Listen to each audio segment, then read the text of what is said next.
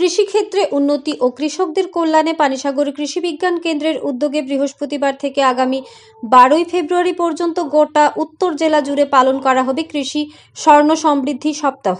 বৃহস্পতিবার রাজ্যের কৃষি ও কল্যাণ দপ্তরের মন্ত্রী রতনলাল নাথের হাত ধরে এই কর্মসূচির উদ্বোধন হলো। একই অনুষ্ঠানে উত্তর জেলার সফলতম কৃষকদের সম্বর্ধনার সাথে সাথে কৃষকদের হাতে কৃষি উপকরণ বিতরণ করা হয়। এই অনুষ্ঠানে মন্ত্রী রতনলাল নাথের সাথে উপস্থিত ছিলেন পানিসাগরের বিধায়ক বিনয় ভূষণ দাস, সাথে উপস্থিত ছিলেন বিধায়ক যাদবলাল নাথ, বিধায়ক ফিলিপ কুমার রিয়াং, ছিলেন ICAR আটারি ডিরেক্টর ডক্টর অমূল্য কুমার মহান্তি, ছিলেন রাজ্যের কৃষি ও কৃষক কল্যাণ দপ্তরের ডিরেক্টর ফণীভূষণ জমাতিয়া সহ উত্তর জেলার নানান প্রশাসনিক আধিকারিকেরা। অনুষ্ঠানের শুরুতে স্বাগত ভাষণ রাখতে গিয়ে ICAR আটারি ডিরেক্টর ডক্টর অমূল্য কুমার মহান্তি কৃষি স্বর্ণ সমৃদ্ধি সপ্তাহে তাৎপর্য তুলে ধরেন। তিনি বলেন, কৃষি বিজ্ঞান কেন্দ্রগুলোর 50 বছরের সাফল্যের সুবর্ণ জয়ন্তী উদযাপনে এক সপ্তাহব্যাপী কৃষিক্ষেত্রে উন্নতি ও কৃষকদের কল্যাণে নানান কর্মসূচির মধ্য দিয়ে পালিত হবে কৃষি স্বর্ণ সমৃদ্ধি সপ্তাহ। পরবর্তীতে অনুষ্ঠানের উদ্বোধক তথা মন্ত্রী আলোচনাকালে বলেন, কৃষকেরা হলো আমাদের অন্নদাতা। কৃষকরা আছে বলেই আমরা বেঁচে আছি। তাই কৃষকদের উন্নয়নে রাজ্যের ও কেন্দ্রের সরকার প্রতিনিয়ত কাজ করে চলেছে।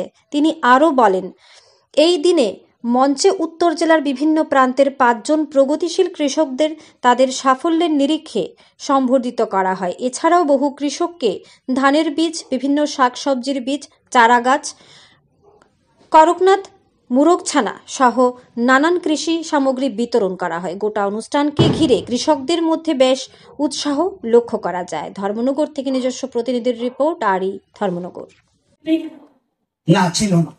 কত টাকা আছে? 790 কোটি 53 লক্ষ কৃষকদের কাছে গেছে। কারণ ডিবিটির মাধ্যমে কৃষকদের হাতে গেছে। 18 কিস্তি দিছে, সামনে আবার 19 কিস্তি দিব।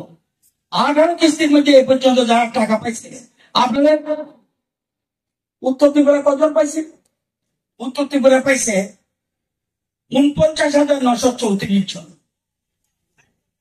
কত টাকা? 135 কোটি।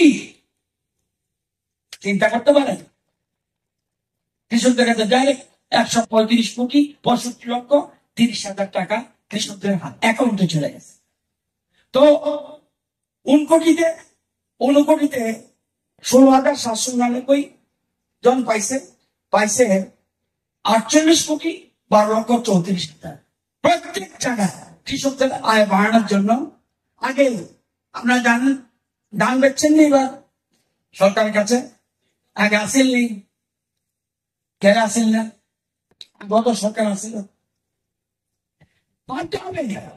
আমি 2 টাকা বাড়াচ্ছি, 3 টাকা বাড়াচ্ছি, কৃষকরা যেন মার্কেট থেকে বেশি পয়সা পায়। কেন আগে সরকার ছিল না? সহায়ক মূল্যে ধান কিনলো না কেন? আমরা পর্যন্ত কজন কৃষককে ধান কিনছি? 1,08,000 কৃষকদের ধান কিনছি। কত টাকা তাদের পকেটে গেছে? 399 কোটি। কৃষি যন্ত্রপাতি তাদের আমলে কতজন দিছে? কত টাকা জিনিস দিছে? 22 কোটি। আমরা 7 বছরে কত দিয়েছি? 158 কোটি।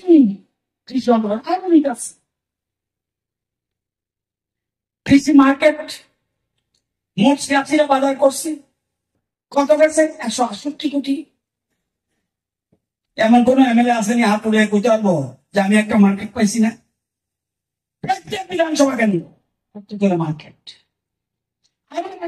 আরো মার্কেট আমার কৃষকরা যেন ফসল উঠে মার্কেটে নিতে পারে সেরকম ভাবে আমরা এবং সার্ভিস দিয়ে সাহায্য করতেছি। কৃষি ঋণ দেখছেন এবার বাজেটে কি করছে প্রধানমন্ত্রী? বলছেন কৃষকরা একটা সিজনে 3 লক্ষ টাকা লোন নিতে পারতো এতদিন। বলছেন না, এদের আরো বাড়াও। ব্যাংক তুমি তাহলে 5 লক্ষ টাকা পর্যন্ত কৃষি ঋণ দিতে পারো। আজকে এরকম প্রত্যেকটি ক্ষেত্রে আমরা জানেন মাটি পরীক্ষা করা, ফার্ম মেশিনারি ব্যাংক, যারা আমরা 352টা আমরা ফার্ম মেশিনারি গঠন করছি। একদিকে তো এদের কৃষি যন্ত্রপাতি দেয়, আবার যারা ফার্ম মেশিনারি ব্যাংক তারা মাত্র 50,000 দেয়, আমরা দেই 9,50,000 যন্ত্রপাতি ইনভেস্ট। তো সবাইকে অনুরোধ করবো, সবচেয়ে বড় জিনিস যেটা, যে আগামী দিনে কৃষিতে স্বয়ংবরী কাজটা কঠিন। আজকের দিনে কোনটা 1 নম্বর? গোমতী জেলা, সিপাহী জেলা সবচেয়ে বেশি প্রোডাকশন করতেছে। সেকেন্ড দক্ষিণ ত্রিপুরা, থার্ড গোমতী। খোয়াই এবং ধলাই সমান সমান, প্রায় হয়েছে আমার সমান, প্রায়। পিছিয়ে আছে কোনটা? উনকুটি পিছিয়ে আছে একটু। বেশি পিছিয়ে আছে কোনটা? উত্তর ত্রিপুরা এবং পশ্চিম জেলা। সবচেয়ে বেশি পিছিয়ে আছে পশ্চিম জেলা এবং উত্তর ত্রিপুরা। এদের আমরা গুরুত্ব দিতে, প্রোডাকশন বাড়াইতে, কৃষি